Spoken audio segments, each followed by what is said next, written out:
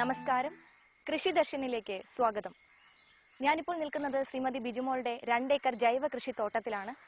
സമുദ്രനിരപ്പിൽ നിന്ന് ഏകദേശം 2500ഓളം അടി ഉയരത്തിൽ ചെറുകുന്നുകളാൽ ചുറ്റപ്പെട്ട സുന്ദരമായ മലമ്പ്രദേശമാണ് നമ്മുടെ ഈ മലച്ചിറ ഗ്രാമം. ഇവിടുത്തെ പ്രത്യേകത എന്ന് പറയുന്നത് ഉച്ചയ്ക്ക് 12 മണി സമയത്ത് പോലും ചീവീടുകളുടെ ശബ്ദങ്ങളാൽ മുഖരിതമാണ് ഈ പ്രദേശം.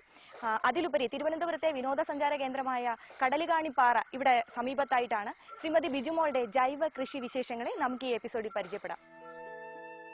തിരുവനന്തപുരം നഗരത്തിൽ നിന്ന് 30 കിലോമീറ്റർ വടക്കുകിഴക്കായി പുളിമാത്ത് ഗ്രാമപഞ്ചായത്തിലാണ് മലച്ചിറ. കൃഷി എന്നത് കേവലം ഭക്ഷ്യവസ്തുക്കളുടെ ഉൽപാദനത്തിലുപരിയായി ഒരു സംസ്കാരമായി കണ്ടുപോരുന്ന ഇവിടുത്തെ കർഷകരിൽ പ്രധാനിയാണ് ബിജുമോൾ.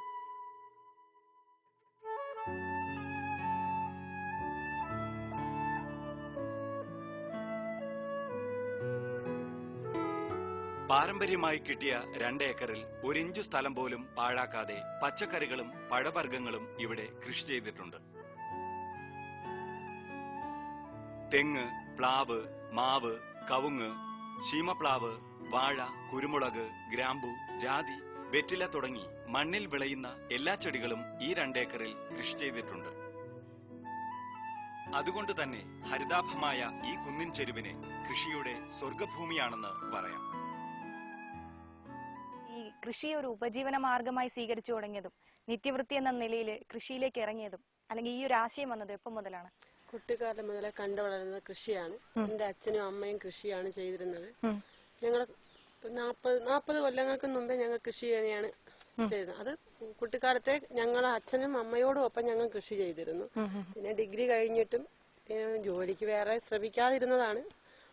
കൃഷിയിലേക്ക് ഇറങ്ങുകയും ചെയ്തു. ഉപജീവനമാർഗം കൃഷിയാണ്. പിന്നെ ഒരു എന്റർടൈൻമെന്റ് കൂടിയാണ്. കൃഷി എന്ന് പറഞ്ഞാൽ വേറെ ഒരു ഇതില്ല, പിന്നെ ടെൻഷനില്ല, ഇതൊന്നുമില്ല. രാവിലെ ഇണക്കുമ്പോഴത്തേക്ക് പൂവുകൾ ചെടി പൂക്കുന്നതും അതെല്ലാം കാണാം, പറിക്കാം, ഇതെല്ലാം ചെയ്യാം. അങ്ങനെ പിന്നെ വിഷലിപ്തമായ പച്ചക്കറി നമ്മുടെ വീട്ടിൽ തന്നെ ഉണ്ടാക്കി നമുക്ക് തന്നെ കഴിക്കുകയും ചെയ്യും. പാരമ്പര്യമായിട്ട് തന്നെ കൃഷിയെ സ്വീകരിച്ചതാണ്. പാരമ്പര്യമായിട്ട് തന്നെയാണ് കൃഷി സ്വീകരിച്ചത്. എന്റെ അപ്പൂപ്പനും അമ്മൂമ്മ മുതലേ, എനിക്കറിയാവുന്ന തലമുറ മുതലേ കൃഷിയാണ് ചെയ്തിരുന്നത്. പിന്നെ പണ്ടെന്ന് പറഞ്ഞാൽ ഒരു കൊല്ലത്തേക്കുള്ള സാധനം ഞങ്ങൾ തന്നെ ഞങ്ങളുടെ മണ്ണിൽ ഉണ്ടായിക്കൊണ്ടിരിക്കുകയാണ്. ഏതാ ഉഴുന്നായാലും പയറായാലും ഇങ്ങേറ്റം കരിമ്പാട്ടി ശർക്കര വരെ ഉണ്ടാക്കിയിരുന്നൊരു സ്ഥലമാണ് ഞങ്ങളുടെ കുടുംബം.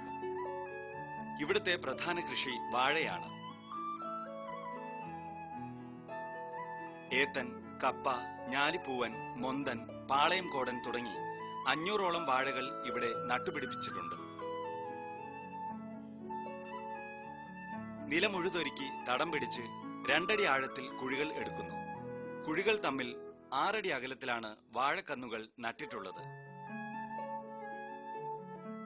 അത്യുൽപാദന ശേഷിയുള്ള തൈകൾ മാത്രം തിരഞ്ഞെടുത്ത് വെയിലിൽ വച്ചുണക്കിയ ശേഷമാണ് നടുന്നത്. വേപ്പിൻ പിണ്ണാക്ക്, ചാണകം, പച്ചിലവളം ഇവയോടൊപ്പം ട്രൈക്കോഡർമ എന്ന ജൈവ കുമിളും ചേർത്താണ് കന്നുകൾ നടാറുള്ളത്.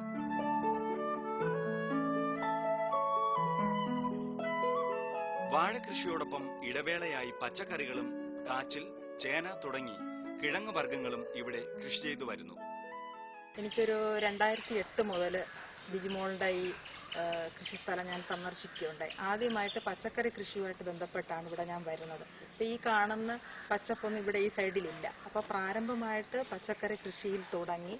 പിന്നെ അത് ആ കൃഷിയെ പിന്നെ പ്രോത്സാഹിപ്പിച്ചും ആ കൃഷിയെ ഡെവലപ്പ് ചെയ്തുകൊണ്ടും വളരെ ഒട്ടനവധി കൃഷികൾ അവലംബിച്ചിരിക്കുകയാണ്. അതായത് നമ്മൾ എന്ത് കാര്യം ഏൽപ്പിച്ചാലും, ഒരു പുതിയ ട്രയലാണെങ്കിൽ എന്ത് പറഞ്ഞാലും ശ്രീമതി ബിജുമോൾ ഒരിക്കലും പുറകോട്ട് പോകത്തില്ല. ഇപ്പോൾ തന്നെ NIPHMന്റെ ട്രൈക്കോഡർമയുടെ ഓൺ ഫാം പ്രൊഡക്ഷൻ വളരെ ഭംഗിയായി ചെയ്തു വരുന്നത്. അതായത് വെറും 10,000 രൂപ, വലിയ ലാബുകളിൽ വളരെ മുതൽ മുടക്കിൽ ചെയ്തു വരുന്ന ഒരു കാര്യം 10,000 രൂപ മുതൽ മുടക്കിൽ അവരുടെ കൃഷിസ്ഥലത്ത് തന്നെ അവർ നമ്മൾ പറഞ്ഞ സാങ്കേതിക വിദ്യ ഇതെല്ലാം ഉൾക്കൊണ്ടുകൊണ്ട് ചെയ്തു വരികയാണ്. മഷ്റൂം കൃഷി ആരംഭിച്ചു കഴിഞ്ഞു. പിന്നെ ആട് വളർത്തലുണ്ട്, താറാവ്, അതായത് സമ്മിശ്ര കൃഷി. നമ്മളൊരു ഇൻ്റഗ്രേറ്റഡ് ഫാമിംഗ് സിസ്റ്റം എന്ന് പറയുന്നതിന് എന്തുകൊണ്ടും ഒരു മോഡലായിട്ട് മറ്റ് കർഷകർക്ക്, മറ്റ് കർഷക കൂട്ടായ്മകൾക്ക് മാതൃകയാക്കാവുന്ന പ്രവർത്തനമാണ് ശ്രീമതി ബിജുമോളുടെ. ഇവിടുത്തെ മറ്റൊരു പ്രധാന കൃഷിയാണ് കുരുമുളക് കൃഷി.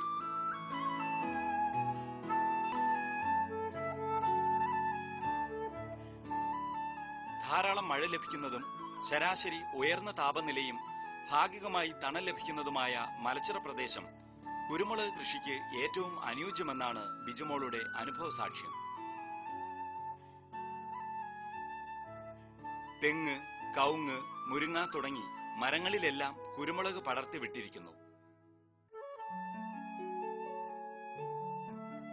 പ്രധാനമായും പന്നിയൂർ, കരിമുണ്ട തുടങ്ങി 2 ഇനം കുരുമുളകുകളാണ് ഇവിടെ കൃഷി ചെയ്തിരിക്കുന്നത്. സാധാരണ കുരുമുളകിനേക്കാൾ വലിപ്പം കൂടിയ കുരുമുളകാണ് സങ്കര ഇനത്തിൽപ്പെട്ട പന്നിയൂർ കുരുമുളക്. ഇതിന്റെ ഇലയ്ക്കും തണ്ടിനും വലിപ്പ കൂടുതലുണ്ട്. ഒരു കുരുമുളക് കൊടിയിൽ നിന്നും ഏകദേശം 10 കിലോഗ്രാം കുരുമുളക് ഒരു വർഷം ലഭിക്കുന്നുണ്ട്. സമ്മിശ്ര കൃഷിയാണല്ലോ ചേച്ചി. അപ്പോൾ ഈ ഓരോ വിളകൾക്ക് എന്തൊക്കെ വളപ്രയോഗങ്ങളാണ് ചെയ്യുന്നത്? ആദ്യമൊക്കെ ഞങ്ങൾ രാസകീടനാശിനിയും രാസവളവും തന്നെയാണ് ഉപയോഗിച്ചത്. കൂടുതൽ ഉപയോഗിച്ചത് ഫാക്ടംബോസ്. അറിവില്ലാത്ത സമയത്ത് ഫാക്ടംബോസ് വിളവ് ഒരുപാട് കിട്ടും എന്ന് വിചാരിച്ചാൽ ഫാക്ടംബോസ്, യൂറിയ അങ്ങനെയുള്ള വളങ്ങൾ തന്നെയാണ് ഉപയോഗിച്ചിരുന്നത്. ഇപ്പൊ നമ്മൾ കൃഷിഭവനും ഒരുപാട് ട്രെയിനിങ്ങിന് പോയി ഞാൻ പറഞ്ഞതുപോലെ ഇവിടെ ആദ്യമൊക്കെ എല്ലാ പക്ഷികളും മൃഗങ്ങളും തവള അങ്ങനെയുള്ള എല്ലാം ഉണ്ടായിരുന്നു. മണ്ണിര വരെ ഉണ്ടായിരുന്നു. പിന്നെ മണ്ണിലേക്ക് വെട്ടി നോക്കുമ്പോൾ മണ്ണിരയെ കാണാനേ ഇല്ല. അത് കാരണം ഇപ്പൊ ജൈവം തന്നെയാണ് ഉപയോഗിക്കുന്നത്. അത് സ്വന്തമായി ട്രൈക്കോഡർമ എന്ന് പറയുന്ന ജൈവ കുമ്മിളുണ്ടാക്കി മണ്ണിലേക്ക് ചാണകത്തിൽ മിക്സ് ചെയ്ത് ചേർക്കുന്നുണ്ട്. പിന്നെ ചകിരിച്ചോറ് കമ്പോസ്റ്റ് ചെയ്ത് അത് ഇടുന്നുണ്ട്. വെർമി കമ്പോസ്റ്റ് ഇടുന്നുണ്ട്. പിന്നെ അതിലുപരി പാക്കുംതോട് കൊണ്ടുവന്ന് അതിനെ പിന്നെ ഈ ചേന, ചേമ്പ് എന്നിവയിലെതിരേക്കും മരപ്പൊടി, കോഴിക്കാര ഇവയെല്ലാം ഉപയോഗിക്കുന്നത്. അതിന് മണ്ണിന് ഇളക്കം കിട്ടിയാൽ മാത്രമേ മണ്ണിന് ജീവനുണ്ട്. നമ്മുടെ പോലെ ജീവനുള്ള ഒരു വസ്തുവാണ് മണ്ണ്. അപ്പൊ നമ്മൾ വിഷം കഴിക്കുന്നത് പോലെയാണ് മണ്ണിലും ഒരു രാസകീടനാശിനിയോ രാസവളമോ ഉപയോഗിക്കുമ്പോഴത്തേക്ക് മണ്ണും അത് അവസാനം മരിച്ചു പോകും. വലിപ്പത്തിൽ സാധാരണ കുരുമുളകിനേക്കാൾ ചെറുതാണ് കരിമുണ്ട ഇനത്തിൽപ്പെട്ട കുരുമുളക്.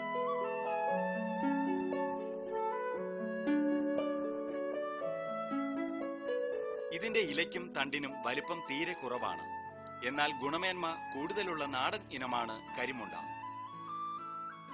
താങ്ങുമരത്തിൽ നിന്നും 30 സെന്റിമീറ്റർ അകലെയായാണ് കുരുമുളക് കൊടി നടാറുള്ളത്. വള്ളികൾ വളരുന്നതിനനുസരിച്ച് തണ്ടുകൾ താങ്ങുമരത്തിനോട് ചേർത്തുകെട്ടി വയ്ക്കാറുണ്ട്. മരത്തോലും ചാണകവുമാണ് കുരുമുളക് ചെടിക്ക് നൽകുന്ന പ്രധാന വളങ്ങൾ.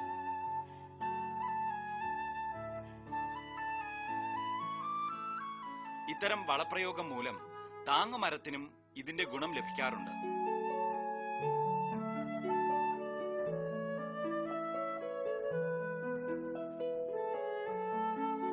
ജലാംശം എപ്പോഴും തങ്ങി നിൽക്കാനായി ചുവട്ടിൽ അടയ്ക്കയുടെ തോട് ഉണക്കി കൂട്ടിയിടാറുമുണ്ട്.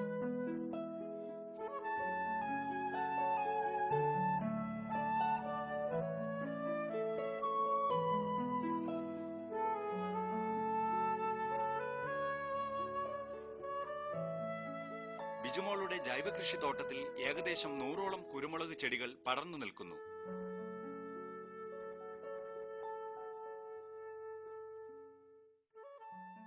പുളിമാത്ത് പഞ്ചായത്തിൽ പരിപൂർണമായും ജൈവ രീതിയിൽ കൃഷി ചെയ്യുന്ന ഒരു കർഷകയാണ് ബിജുമോള്. ബിരുദധാരിണിയാണ്. അതുകൊണ്ട് തന്നെ ആ ഒരു ബാക്കപ്പോട് കൂടി ശാസ്ത്രീയമായ കൃഷി രീതികളാണ് പലപ്പോഴും അവലംബിക്കാറുള്ളത്. എല്ലാത്തരം കൃഷികളും ബിജുമോൾക്കുണ്ട്. സമ്മിശ്ര കൃഷി രീതിയാണ് അവലംബിക്കുന്നത്. കുരുമുളകുണ്ട്, വാഴയുണ്ട്, തെങ്ങുണ്ട്, പച്ചക്കറിയുണ്ട്, കൂടാതെ താറാവ് വളർത്തുന്നുണ്ട്, കോഴി വളർത്തുന്നുണ്ട്. പിന്നെ നമ്മൾ കൃഷിഭവനിൽ നിന്ന് നൽകുന്ന നിർദ്ദേശങ്ങളെല്ലാം നല്ല രീതിയിൽ ഗ്രഹിക്കാനും അത് പ്രവർത്തന പദത്തിൽ കൊണ്ടുവരാനും ബിജുമോൾ ശ്രദ്ധിക്കാറുണ്ട്.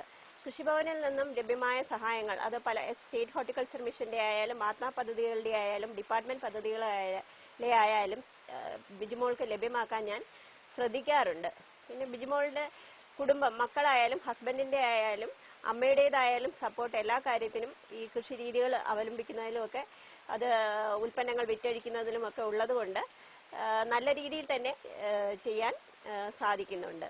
പിന്നെ സാധാരണ ഇവിടെയുള്ള മറ്റ് കർഷകരെടുത്തും നല്ല ഒരു സോഷ്യൽ റിലേഷൻസ് പാലിക്കുന്ന ആളായതുകൊണ്ട് ആളുകളെ ഒരുമിച്ച് ഗ്രൂപ്പ് അടിസ്ഥാനത്തിൽ സംഘടിപ്പിക്കാനും നല്ല കേപ്പബിൾ ആയിട്ടുള്ള ഒരു പെൺകുട്ടിയാണ് ബിജുമോള്.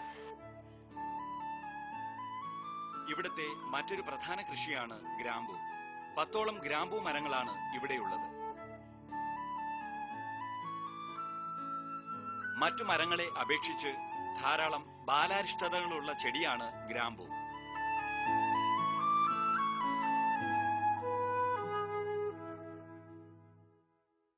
അതിനാൽ തന്നെ വളർച്ചയുടെ ആദ്യഘട്ടങ്ങളിൽ ധാരാളം പരിചരണം ഇവയ്ക്ക് ആവശ്യമാണ്. ആദ്യഘട്ടങ്ങളിലെ പരിചരണം പോലെ തന്നെ വിളവെടുക്കാനും വളരെ പ്രയാസമാണ് ഈ മരം. തായ്തടിക്ക് ഉറപ്പില്ലാത്തതിനാൽ മരത്തിൽ കയറിയോ ഏണി ചാരിവച്ചോ വിളവെടുക്കാൻ കഴിയില്ല. 3 വശവും കയറിനാൽ ബന്ധിപ്പിച്ച ഏണി തായ്തടിയോട് ചാരാതെ മരത്തിന് സമീപം ഉറപ്പിച്ചു നിർത്തിയാണ് ഇവിടെ വിളവെടുത്തു വരുന്നത്. പറിച്ചെടുത്ത ഗ്രാമ്പു ഉണക്കി വിൽപ്പന നടത്തി വരുന്നു. കുട്ടിക്കാലത്തെ ഒരു കാർഷിക അനുഭവം ഒന്ന് പറയാൻ പറ്റും? കുട്ടിക്കാലത്തെന്ന് പറഞ്ഞ് ഞങ്ങൾ ഏകദേശം ഒരു 3-3.5 കിലോമീറ്റർ നടന്നു വേണം പഠിക്കാൻ പോകാൻ. പഠിച്ചു കഴിഞ്ഞ് വന്നു കഴിഞ്ഞാൽ ആദ്യമായിട്ട് അച്ഛൻ എടുത്തു തരുന്നത് പില്ലിരുമ്പും വല്ലമാണ് എടുത്തു തരുന്നത്. അത് കൊണ്ടുപോയി പില്ല വരച്ച് കൊണ്ടുവന്ന് വച്ചിട്ട് വെറ്റില കൊടിക്ക് വെള്ളം കോരണം. അന്ന് ഭയങ്കര കള്ളത്തരമൊക്കെ കാണിച്ചിട്ടുള്ള സമയം കൂടിയാണ്. കുളത്തിലിറങ്ങി കളിച്ചിട്ട് ഞങ്ങൾ തിരിച്ച് വീട്ടിൽ പോകാറുണ്ട്, വെള്ളം കോരി ഒഴിച്ചിട്ട്. അത് കഴിഞ്ഞ് പച്ചക്കറി കൃഷി ഇതാണെങ്കിൽ പിന്നെ ഞായറാഴ്ച ഒരു ദിവസം ഒഴിവ് കിട്ടുന്നതിന്റെ അന്നായിരിക്കാം ചേന ചേമ്പ് ഇവ നടുന്നത്. ഇതിനെല്ലാം അച്ഛൻ നടുന്ന സമയത്ത് തന്നെ നമ്മൾ തോലെല്ലാം കൊണ്ടുവയ്ക്കണം. അന്ന് ഇതേപോലെ റബ്ബറൊന്നുമില്ല. പിന്നെ മേടമാസം ആയിക്കഴിഞ്ഞ് കഴിഞ്ഞാൽ പറങ്കാവ് പൂത്ത് കായ്ക്കുന്ന സമയമാണ്. അപ്പോഴത്തേക്ക് സ്കൂൾ അടയ്ക്കുന്ന സമയത്ത് മുഴുവൻ അമ്മൂമ്മയോടുകൂടി ഈ പറങ്ങ മാങ്ങ പറിക്കാൻ പോകുന്നത് മാവുകൾ മാങ്ങ കായ്ക്കുന്ന സമയമാണ്. ഒരു വർഷത്തേക്കുള്ള എന്ന് പറഞ്ഞാൽ ആ 2 മാസത്തേക്ക് മേടം ഇടവം മീനം മുതലേ ഉള്ള സമയത്ത് നമുക്ക് മാമ്പഴത്തിന്റെ ഉത്സവകാലം തന്നെയായിരുന്നു ഇവിടെ. അന്നൊക്കെ അതൊക്കെ ഒന്ന് ഓർമ്മ മാത്രം. വിപണിയിൽ ഏറെ മൂല്യമുള്ള ജാതിക്കായും ജാതിപത്രിയും ലഭിക്കുന്ന ജാതിമരവും കൃഷിഭൂമിയെ കൂടുതൽ അനുഗ്രഹീതമാക്കുന്നു. ചൂടും ഈർപ്പവുമുള്ള കാലാവസ്ഥയും ജൈവാംശവും നീർവാർച്ചയുള്ളതുമായ മണ്ണാണ് ജാതി കൃഷിക്ക് അനുയോജ്യം. നേരിട്ടടിക്കുന്ന വെയിലിനേക്കാൾ അരിച്ചിറങ്ങുന്ന സൂര്യപ്രകാശമാണ് ജാതി കൃഷിക്ക് വേണ്ടത്. ഈ കുന്നിൻ ചെരുവിൽ ഉയർന്നു നിൽക്കുന്ന തെങ്ങുകളുടെയും അടയ്ക്കാമരങ്ങളുടെയും ഓലകൾക്കിടയിലൂടെ ലഭ്യമാകുന്ന ശക്തി കുറഞ്ഞ സൂര്യപ്രകാശം കൂടുതൽ വിളവ് നൽകുവാൻ സഹായിക്കുന്നു.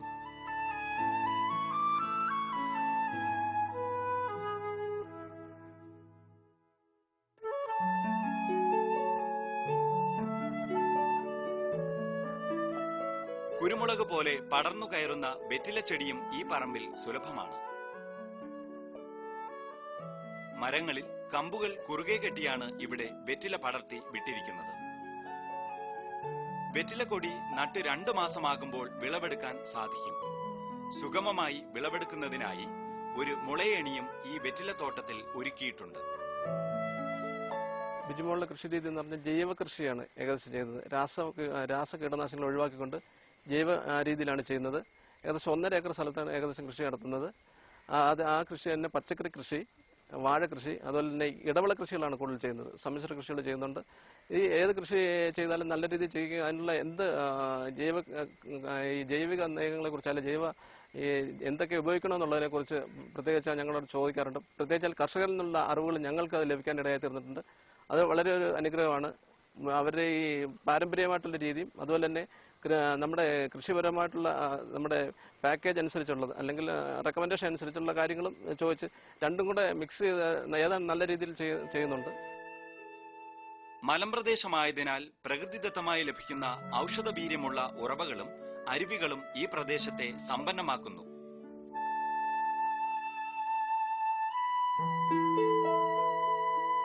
സ്വന്തം പറമ്പിൽ തന്നെ കൃഷി ആവശ്യങ്ങൾക്കായി ഒരു ചെറുകുളവും ഇവിടെ ഒരുക്കിയിട്ടുണ്ട്.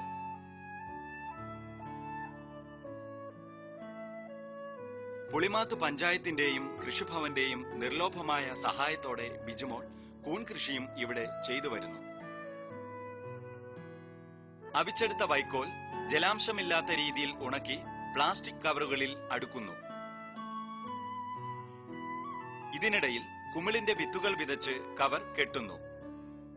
ജലാംശമില്ലാത്തതും വായു സഞ്ചാരമുള്ളതുമായ ഇരുട്ടുമുറിയിൽ കയറിൽ ഈ കവർ കെട്ടിത്തൂക്കിയിട്ടാണ് കൂൺ കൃഷി ചെയ്തു പോരുന്നത്. ഊറ്റുള്ള പ്രദേശമാണ്. വെള്ളത്തിന് യാതൊരു ക്ഷാമവുമില്ല. ഏത് ഉണക്കത്തും കവിഞ്ഞൊഴുകുന്ന ഒരു കുളം, തോട്, ഇങ്ങനെ ഉള്ള ജലസേചനം നല്ലതുണ്ട്. കിണറ്റിലും നല്ല വെള്ളമുണ്ട്. നമ്മൾ കിണറിൽ നിന്ന് ഒരു 10 അടി വെള്ളം അടിച്ചു പറ്റി കഴിഞ്ഞാൽ നാളത്തേക്ക് അതേപോലെ ഊറി വരുന്നുണ്ട്. ഫലവൃക്ഷങ്ങൾക്കും സുഗന്ധവ്യഞ്ജനങ്ങൾക്കും കൂൺ കൃഷിക്കും പുറമെ പച്ചക്കറി കൃഷിയും ഇവിടെ ചെയ്യുന്നുണ്ട്. ഗ്രോ ബാഗുകളിൽ ജൈവക്കുമിൾ ചകിരിച്ചോറുമായി കലർത്തിയാണ് വിവിധയിനം പച്ചക്കറി തൈകൾ ഇവിടെ നട്ടിരിക്കുന്നത്. ആവശ്യാനുസരണം ലഭിക്കുന്ന വിളവുകൾ വിപണി മൂല്യം നോക്കി ഇവർ തന്നെ നേരിട്ട് മാർക്കറ്റിൽ എത്തിച്ചാണ് വിപണനം സാധ്യമാക്കുന്നത്. വിളവെടുക്കുന്ന ഉൽപ്പന്നങ്ങൾ വിപണിയിൽ എത്തിക്കുന്ന ചുമതല ഭർത്താവായ അജയ്കുമാറിനാണ്.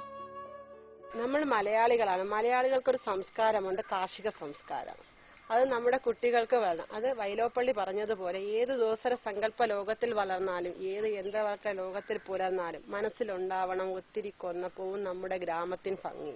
സ്വന്തമായി നമ്മൾ കൃഷി ചെയ്ത് നമ്മൾ സ്വന്തമായി വിളവെടുത്ത് വിഷലിപ്തമായ അന്യ സംസ്ഥാനങ്ങളെ ആശ്രയിക്കാതെ വിഷലിപ്തമായ ഭക്ഷണം കഴിക്കുന്നതിന് വേണ്ടി നമ്മൾ സ്വന്തമായി തന്നെ നമുക്ക് ആവശ്യമുള്ള സാധനങ്ങൾ ഉൽപ്പാദിപ്പിച്ചെടുക്കുകയാണ് നമ്മൾ ചെയ്യേണ്ടത്.